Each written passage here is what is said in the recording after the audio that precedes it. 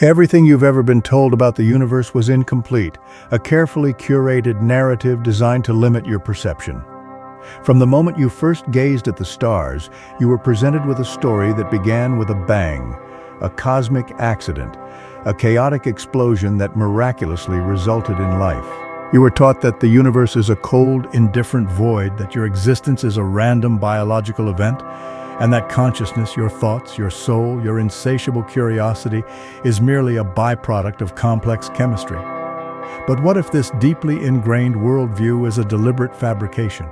What if the universe isn't random at all, but purposeful, alive, and imbued with intelligence beyond our current comprehension? There exists a vast compendium of knowledge that posits precisely this. A 2,000-page transmission not authored by a single individual, but purportedly dictated by higher intelligences operating far beyond the limitations of this earthly realm. This book doesn't demand blind faith, nor does it peddle traditional religion.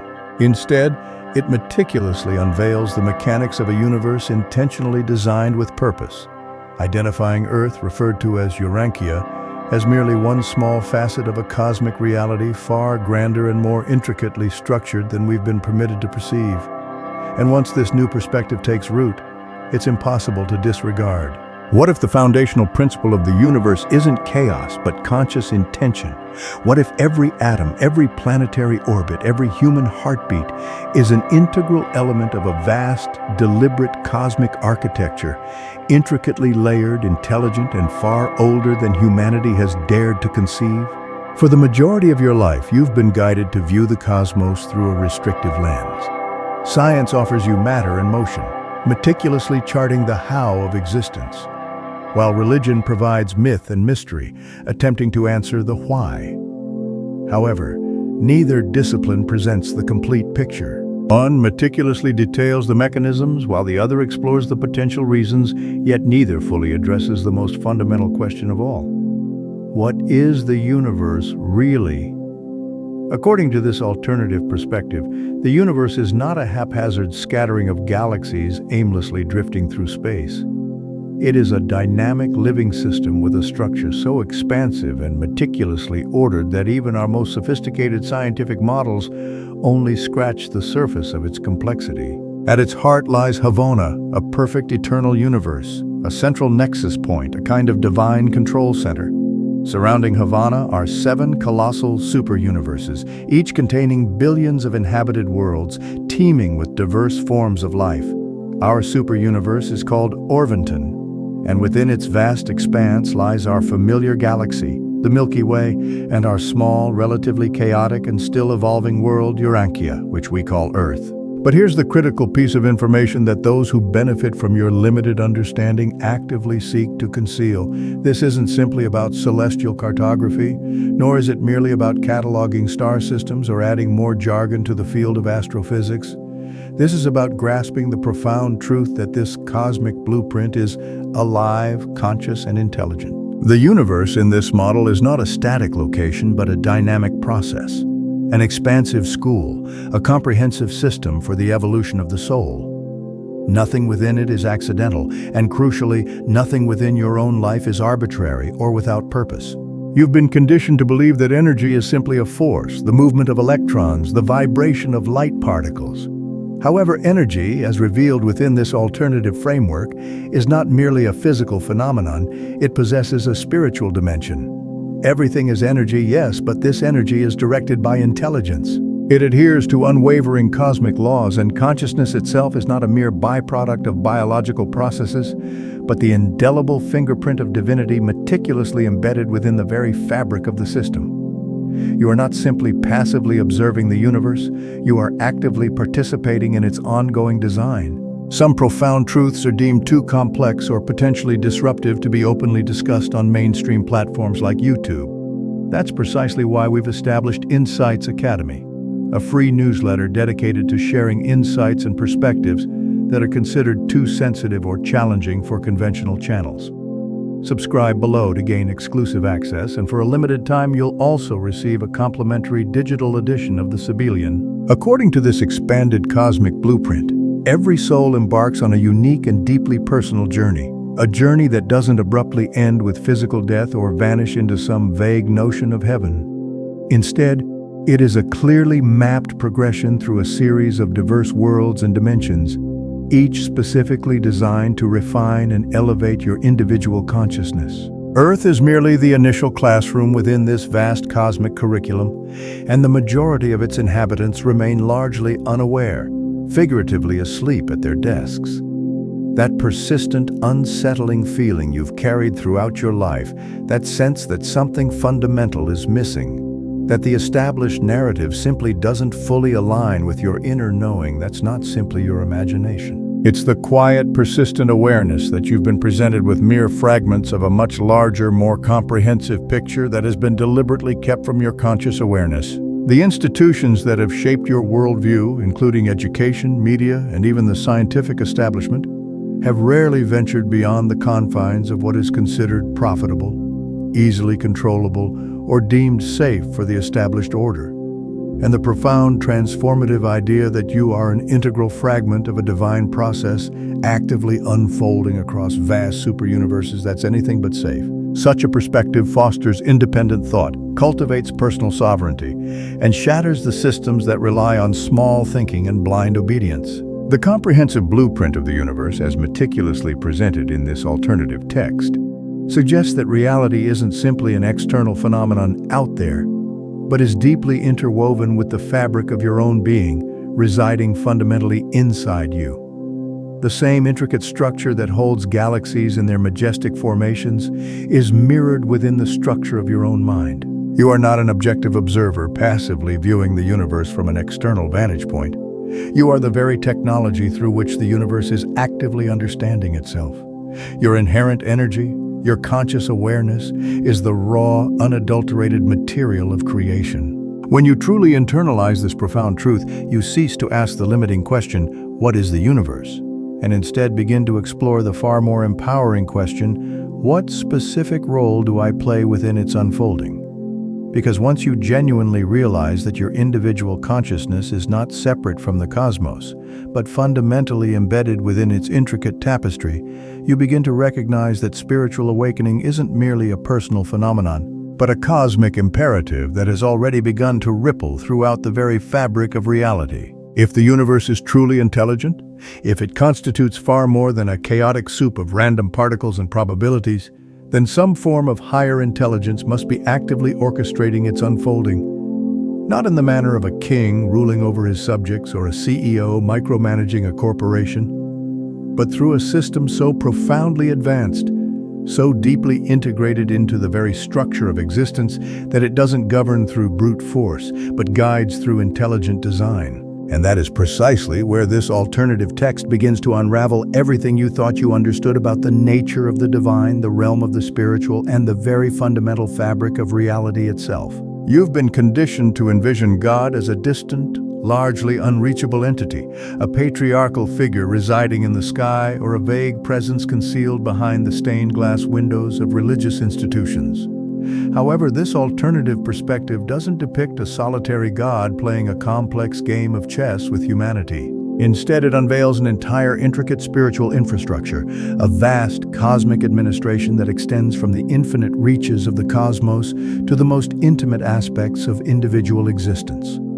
At the highest level of this hierarchy resides the Universal Father, the original source and ultimate center of all things, embodying pure will, unconditional love, and limitless intelligence. This is not a vindictive God of vengeance or arbitrary judgment, but the supreme architect of a perfectly ordered and divinely balanced system. Beneath this ultimate source exist countless layers of spiritual personalities and administrative beings, each fulfilling precisely defined roles, rendering our earthly institutions pale and simplistic by comparison. These include beings like the Ancients of Days, who govern the vast super-universes with incomprehensible justice and infinite wisdom. Then there are the Creator Sons, each entrusted with the responsibility for the development and ongoing care of a single local universe. Jesus, as presented within this alternative perspective, was not merely a teacher or a prophet. He was Michael of Nebadon, a creator's son who incarnated into human form to experience his own creation from within its inherent limitations. Pause for a moment and allow that profound concept to fully permeate your understanding. The historical figure you've encountered throughout your life, the one associated with sermons, churches, feelings of guilt, and rigid dogma, was not here to establish a new religion. He arrived on assignment with a specific purpose: to fully experience, to deeply feel, and to comprehensively understand humanity from the inside out, thereby enabling him to govern his domain not from a position of detached authority, but from a profound sense of empathy and shared experience. His inherent divinity wasn't a remote, unattainable status, but was inextricably embedded within every moment of human struggle he consciously chose to endure. And this is not simply another piece of ancient mythology. This alternative text meticulously lays out an organizational chart of the cosmos, detailing interdimensional beings, spiritual governors, energy controllers, ministering spirits, all working in perfect orchestration to ensure that the universe unfolds according to its intended purpose. It's not chaotic randomness, it's divinely choreographed movement. So where does that leave you within this grand cosmic scheme? Feeling insignificant or unimportant? Quite the opposite, because at the very heart of this vast hierarchy lies a profound paradox. While the system is undeniably vast and potentially beyond human comprehension, it was created with a singular, overriding purpose: to facilitate the ongoing evolution of consciousness, yours, mine, and that of every sentient being throughout the cosmos. The entire framework of the universe, according to this model, exists not to dominate or control you, but to elevate you to ever higher states of being. And it achieves this by placing a direct fragment of divine intelligence within you, the thought adjuster. The thought adjuster is not simply a poetic metaphor. It's described as a literal piece of the very mind of God, intricately embedded within your own. It's that quiet, persistent voice, that gentle nudge towards integrity, that unexplained knowing that sometimes awakens you in the middle of the night with profound clarity. It's not driven by emotion, it's not mere instinct, but rather a whisper from the infinite, lovingly guiding you back towards your ultimate origin. This is precisely where this alternative model diverges dramatically from most traditional religious frameworks. It asserts that you don't require intermediaries, you don't need elaborate temples, prescribed rituals, or the approval of any external institution to directly connect with the divine. You are already inherently connected and have always been. The true work isn't about striving to find God, it's about remembering that you have never, ever been truly separate from that divine source. And if that is indeed the case, then it also means that the pervasive suffering, widespread confusion, and all-encompassing fear that saturate our world are not divine punishments inflicted from above, but rather the inevitable symptoms of collectively forgetting who and what we truly are. The intricate cosmic hierarchy isn't constructed to enslave humanity, but to profoundly assist in its collective awakening. The underlying tragedy isn't that God is inherently silent, but that we've been collectively conditioned to cease listening to the still, small voice within. Because the very moment you consciously choose to listen again, to that persistent inner voice, that gentle pull, that quiet intelligence, the deeply ingrained illusion begins to crack. You cease to perceive yourself as inherently powerless, you stop waiting for external permission, and you begin to actively remember your true divine nature. And that's precisely when the entire structure of reality begins to subtly shift and realign around you. If there truly exists a divine order in place, a vast, meticulously designed structure intended to guide the evolution of souls across the entirety of the universe, then why does Earth often feel so profoundly disconnected from that order? Why does this world so frequently seem like a forgotten corner of creation, inundated with chaos, rife with division, burdened by suffering, and steeped in spiritual confusion? According to this alternative perspective, it's not because we've been abandoned or deliberately forsaken, but because we were, in effect, cut off, not as a form of punishment, but as collateral damage resulting from a cosmic rebellion that drastically altered the trajectory of our planet in ways we are only now beginning to comprehend. Long before human history was even recorded, long before the limiting concept of original sin was employed to instill religious guilt, a spiritual insurrection occurred, a mutiny not of mortal beings, but of powerful celestial beings. This rebellion was led by a highly influential administrator named Lucifer, a system sovereign in charge of numerous worlds, including our own. However, Lucifer's rebellion wasn't a revolt against inherent evil. It was a challenge to the established divine order, a defiance of the very hierarchy we've just begun to explore. He questioned the ultimate authority of the Universal Father and the perceived necessity of submission to immutable cosmic law. He passionately believed in self-rule, in absolute autonomy at all costs, and his persuasive ideas proved to be dangerously compelling. He was not alone in his dissent. Other powerful beings followed him, including a key figure named Satan, not the horned caricature of popular imagination, but a loyal lieutenant, instrumental in orchestrating this uprising. Together, they disrupted the spiritual circuits that connected Earth and other evolving worlds to the higher dimensions of reality. The resulting consequence? A form of spiritual quarantine, a state of cosmic silence? Earth became a spiritually isolated planet, forced to evolve without the direct guidance and profound presence that other worlds throughout the universe continued to receive. This wasn't divine hellfire and eternal damnation. It was a necessary lockdown, a system-wide safeguard implemented to prevent the rebellion from further spreading throughout the cosmos. But here's where the narrative becomes even more challenging and potentially unsettling.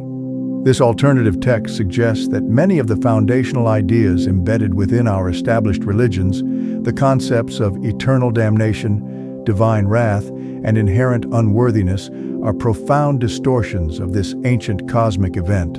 Fragmented interpretations built on incomplete memories, misunderstood whispers of a deeper, more profound cosmic truth. Lucifer's rebellion didn't merely infect the spiritual circuits of the planet. It fundamentally infected human thought, embedding itself into the very stories we collectively tell ourselves about the nature of power, the purpose of punishment, and the perceived separation from the divine source. This is precisely why Earth often feels profoundly different from other potential worlds throughout the universe. This is the reason we experience such deep spiritual disorientation, not because we are inherently lost or irrevocably fallen, but because we've been collectively living within the lingering echo of a rebellion we didn't initiate.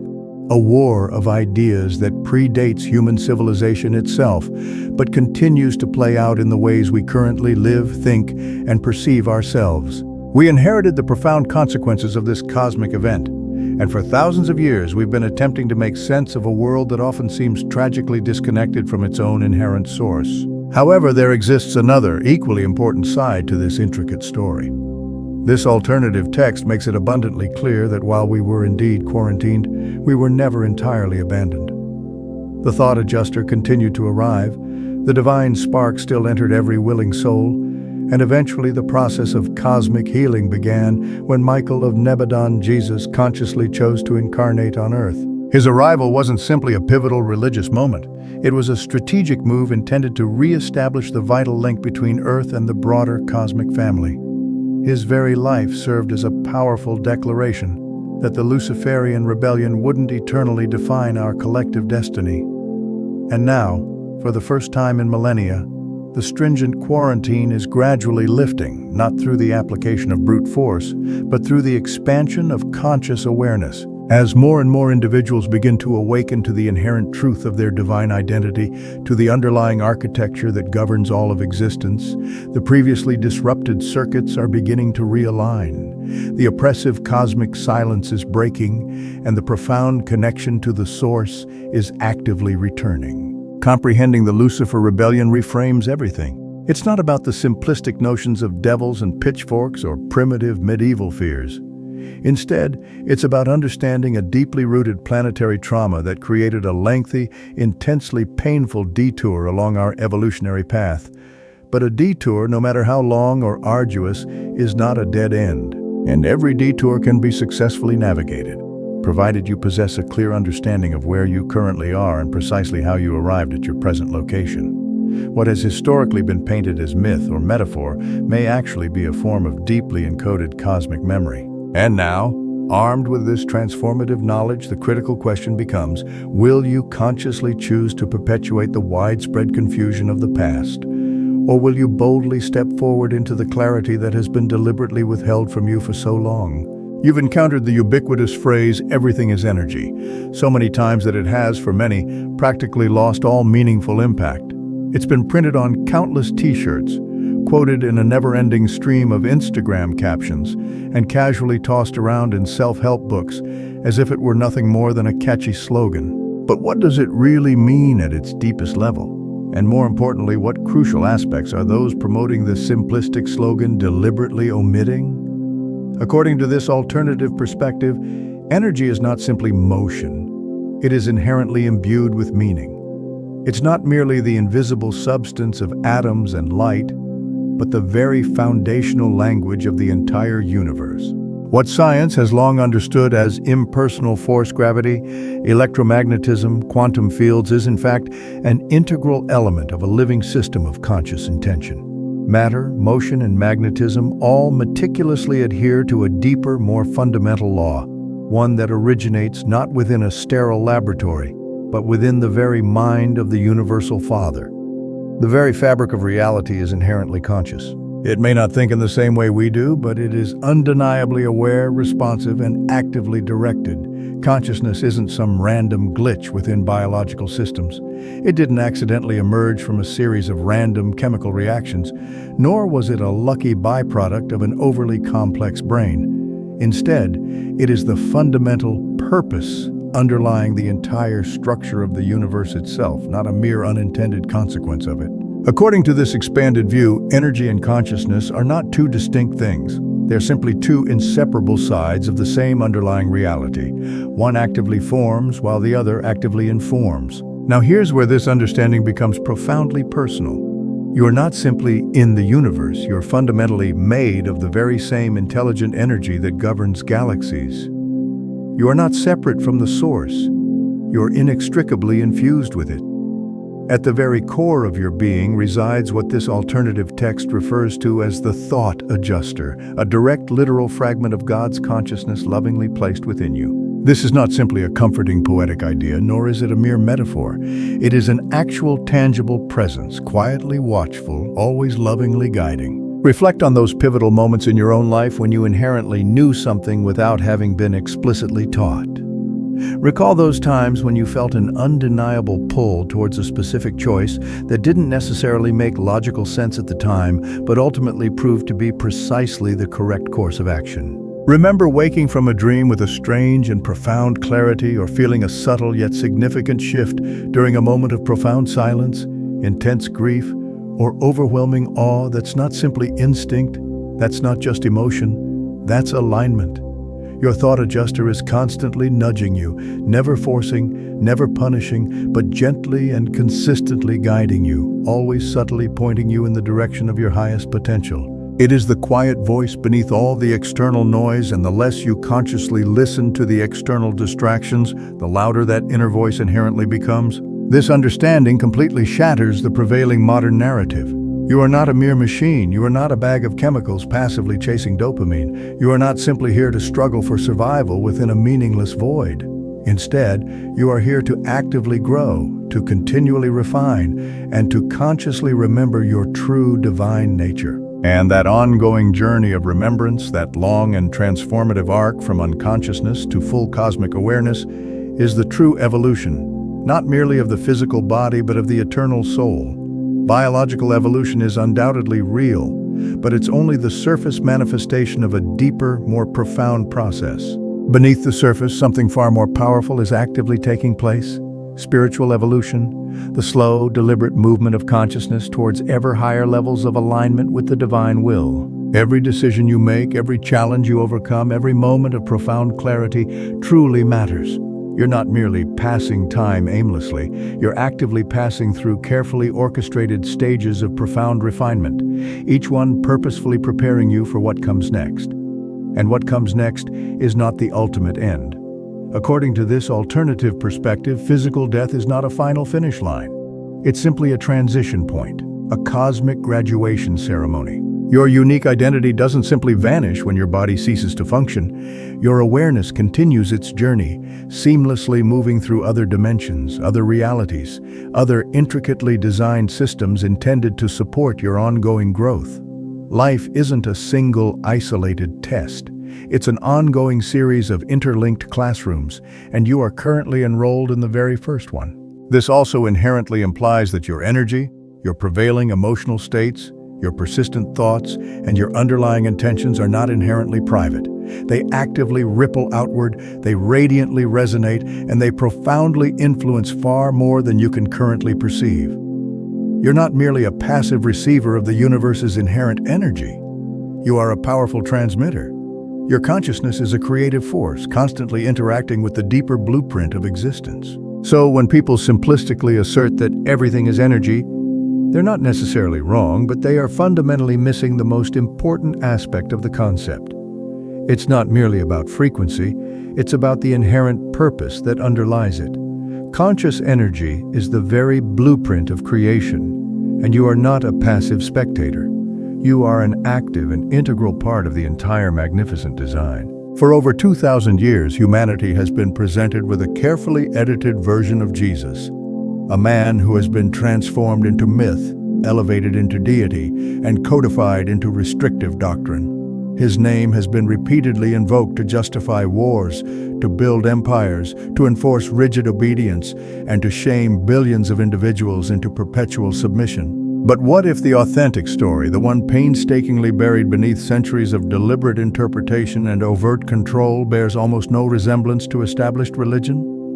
What if Jesus wasn't sent here to die for your sins, but to teach you how to actively live in complete alignment with the divine blueprint that governs the entire universe? According to this alternative perspective, Jesus wasn't merely a spiritual teacher. He wasn't just a prophet or even just the Son of God as understood within mainstream religious frameworks. He was a creator son, Michael of Nebadon, one of countless divine beings responsible for the ongoing development of entire universes. His primary mission was not to establish a new religion, but to incarnate into his own creation, to actively live as one of us so that he could intimately understand us, not from a detached position of superiority, but from a place of deep shared experience. That inherent understanding completely transforms everything. He didn't come to Earth to establish rigid dogma.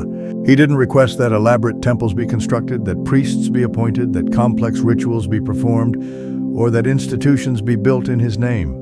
He never demanded worship. What he did do was actively demonstrate, through the way he consciously lived his life, what divine alignment looks like in tangible human form. He was the blueprint actively in motion, embodying unconditional love, unwavering truth, and purposeful action devoid of ego. He intentionally walked among the poor, actively questioned authority, openly embraced outcasts, and spoke directly to the soul, bypassing the need for external intermediaries or restrictive systems.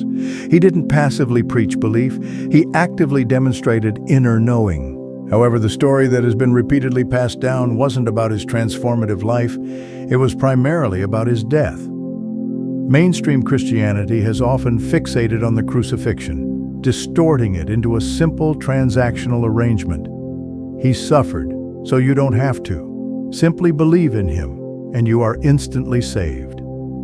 That narrative reduces the complexity of the cosmic to the simplistic notion of commerce. It takes an interdimensional mission of divine empathy and actively compresses it into a restrictive, guilt-based membership model. This alternative text reframes the event completely.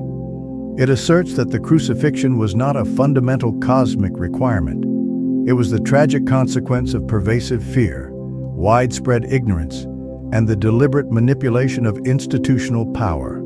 Jesus didn't die because God demanded a sacrifice. He died because he fundamentally threatened the established systems that depended on control and manipulation. His death wasn't the fulfillment of some preordained prophecy. It was the inevitable result of what happens when someone consciously chooses to walk with absolute, unwavering truth in a world that continues to cling to the illusions of separation and control.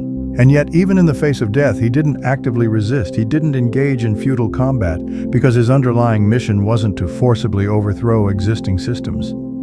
It was to actively seed consciousness, to demonstrate far beyond the limitations of mere words what it truly looks like to remain steadfastly aligned with divine will, even when confronted with seemingly insurmountable destruction. That was the essential message: not sin, not guilt, not fear, but unwavering fearlessness, unshakable integrity, and unyielding faith devoid of reliance on restrictive institutions.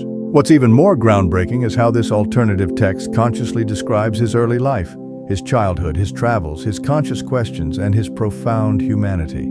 It presents him not as a detached, supernatural being immune to the complexities of the human experience, but as someone who fully immersed himself within it, who actively doubted, who consciously suffered, who intentionally struggled, and who chose love over the potentially easier path of apathy at every critical juncture.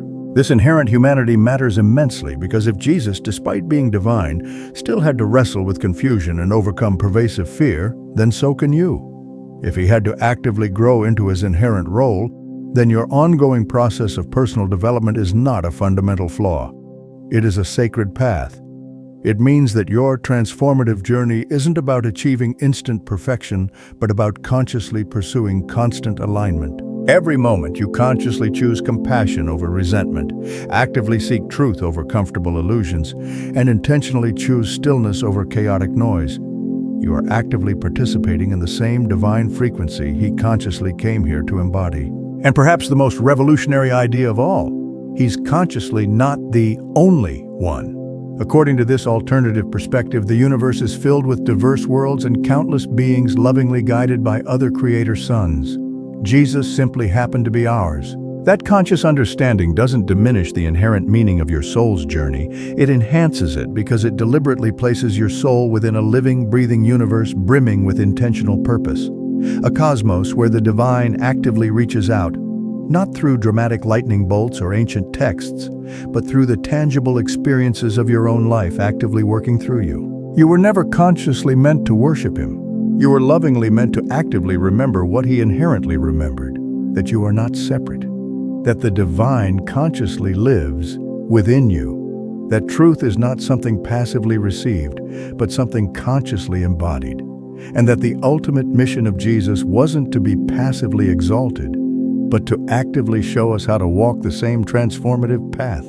We've often been taught to perceive science and religion as diametrically opposed forces, one consciously governed by verifiable facts, the other passively based on blind faith. Microscopes and measurable data pitted against sermons and sacred scripture. But what if both perspectives have, in different ways, fundamentally missed the mark? What if the ongoing conflict between them is merely a carefully constructed distraction, deliberately preventing us from perceiving the deeper underlying truth that both have, to varying degrees, consciously overlooked? Science has undeniably provided us with powerful tools, but it has often fallen short in offering profound meaning. It has consciously taught us how to split the atom and successfully land on the moon. But it has been unable to consciously explain why we deeply yearn, why we passionately dream, or even why consciousness itself fundamentally exists. It has consciously detailed what things are made of, but has rarely consciously addressed why they ultimately matter. In its fervent pursuit of rigid objectivity, science has, to a significant degree, consciously stripped the inherent soul from the very fabric of the universe. It has actively dismissed consciousness as a mere illusion, reduced love to a simplistic chemical reaction, and labeled the human mind as a random glitch within an otherwise cold, indifferent machine. It has consciously taught us to believe solely in what can be precisely measured, even as it knowingly stares into the depths of black holes and openly admits that it doesn't consciously understand what constitutes approximately 95% of the universe. Religion has attempted to offer meaning, but it has often demanded passive submission as a prerequisite. It has consciously spoken of purpose, but has frequently wrapped that purpose in layers of guilt and shame. It has consciously taught us that God is inherently love, but has simultaneously built complex systems around the pervasive emotion of fear. It has consciously provided us with ritualistic practices instead of offering authentic revelation, promoting restrictive doctrine in place of encouraging direct experience. It has consciously taught people to blindly believe without actively questioning, to passively follow without inherently understanding. And over time, it has consciously shifted away from fostering genuine connection and has instead become primarily focused on exerting overt control. Both science and religion have undeniably served humanity in various significant ways, but both, in their current prevalent forms, are demonstrably limited. And both have, to a certain extent, become rigid gatekeepers of reality, dictating what is deemed acceptable to consciously believe and what is vehemently rejected. Science declares, if it cannot be precisely measured, it cannot consciously exist. Religion asserts, if it is not explicitly written within this sacred text, it constitutes heresy. But the universe is undeniably far too vast, inherently too strange, and consciously too beautiful to be confined within either of those restrictive paradigms. This alternative text consciously cuts directly through both restrictive ideologies. It doesn't consciously reject science. It consciously expands it. It doesn't consciously erase spirituality. It consciously refines it.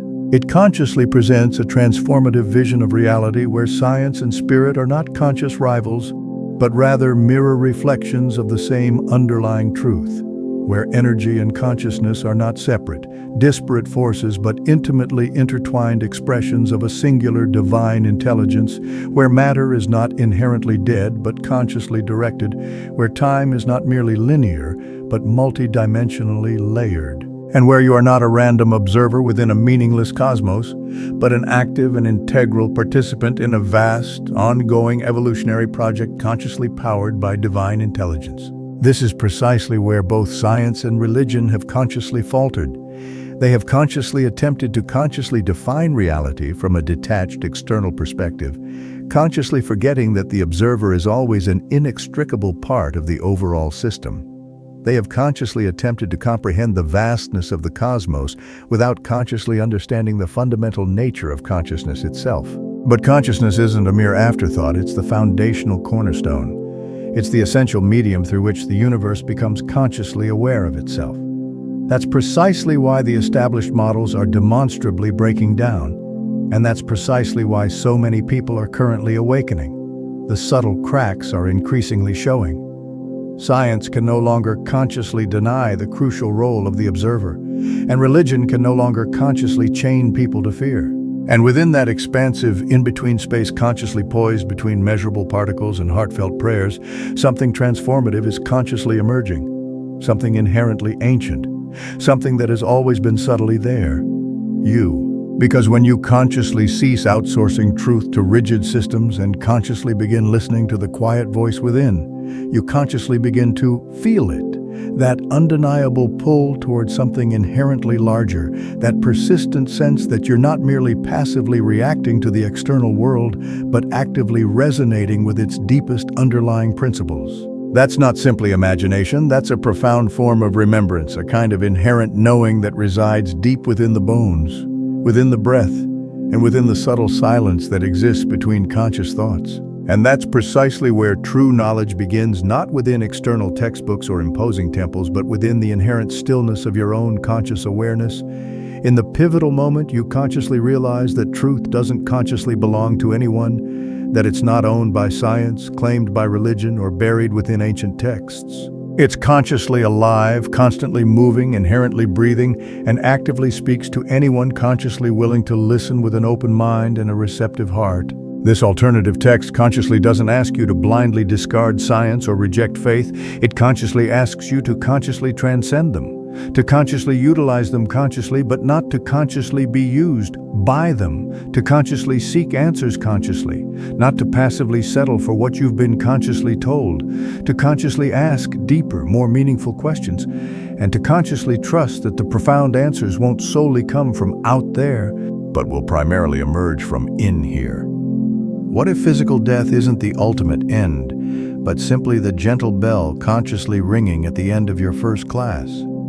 What if this entire life consciously, your conscious struggles, your conscious questions, your conscious victories, and your conscious heartbreaks, is simply the deliberate opening chapter of a far more expansive, multidimensional journey?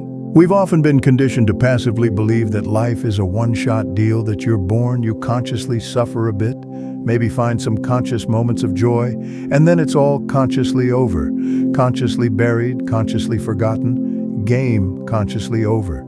But that simplistic perspective is nothing more than a conscious prison deliberately constructed by pervasive fear, not by conscious truth. According to this alternative text, conscious existence doesn't ultimately cease when the physical body consciously does. In fact, the real conscious work consciously often begins after it consciously does. Physical death isn't a final conclusion, it's a conscious continuation, a deliberate transition from one pivotal phase of soul evolution to the next. You don't consciously ascend to some vague cloud realm to consciously sing songs for all of conscious eternity. You don't consciously dissolve into a state of non-existence. You consciously awaken somewhere else, on another carefully orchestrated world within a completely new environment, specifically designed to consciously accelerate your conscious growth in ways that Earth never consciously could. The universe, as consciously laid out within this alternative text, isn't simply a static place, it's a conscious school. A living, multidimensional education system lovingly crafted by divine intelligence for the specific purpose of evolving consciousness.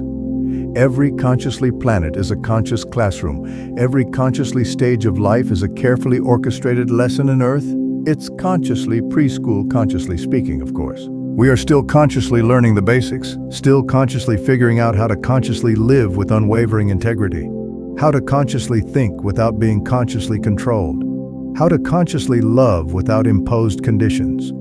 And yes, it is consciously often messy, and yes, it consciously often hurts, but that's precisely what consciously learning frequently looks like at the lower conscious levels.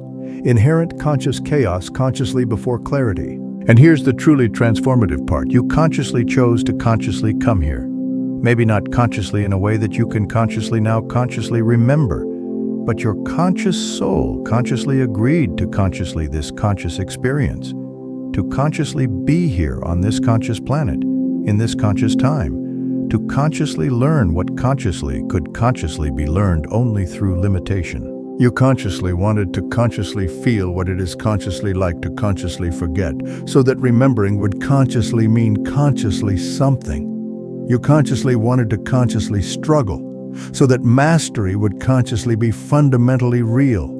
You consciously wanted to consciously love, not because you were consciously told to, but because you consciously chose to. This transformative perspective consciously changes everything. Suddenly, consciously, pain isn't a form of divine punishment, it's a conscious form of instruction. Consciously, failure isn't fundamentally shameful, it's an important source of feedback.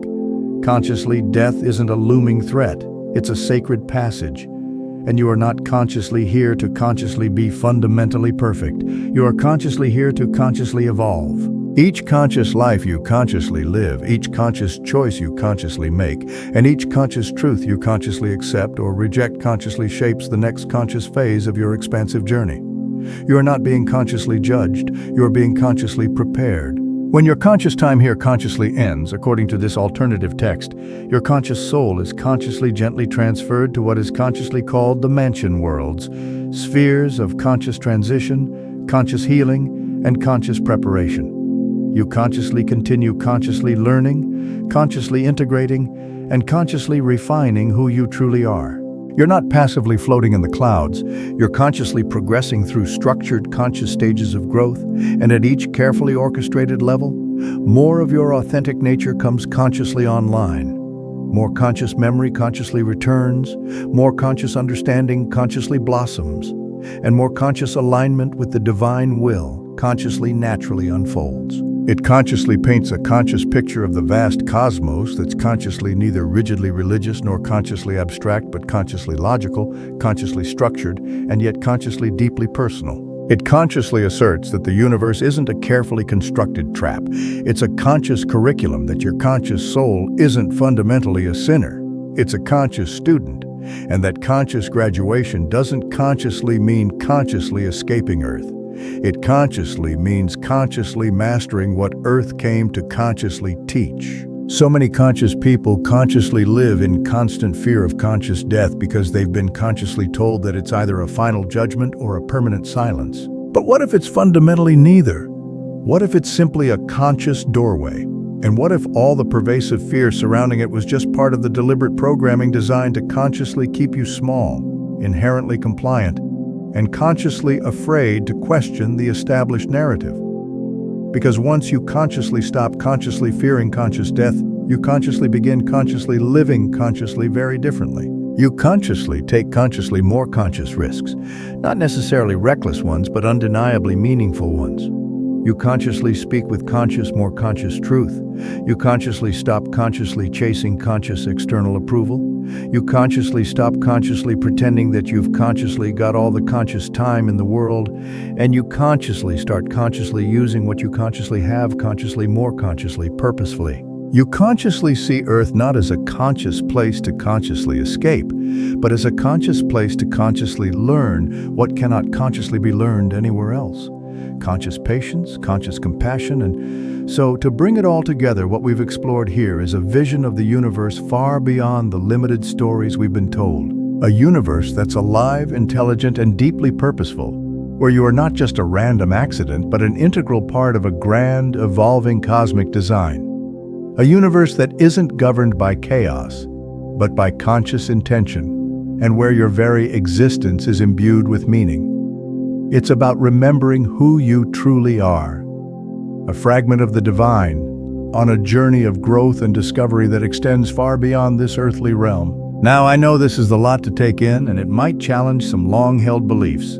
I'd love to hear your thoughts. What resonated with you? What questions did it bring up? Leave a comment below. Let's start a conversation and explore these ideas together. And if you found this perspective intriguing and want to delve deeper into these concepts, be sure to subscribe to the channel. We'll be continuing to explore these alternative viewpoints and sharing insights that you won't find in the mainstream. Don't miss out on future explorations of this amazing, interconnected universe. Thanks for watching.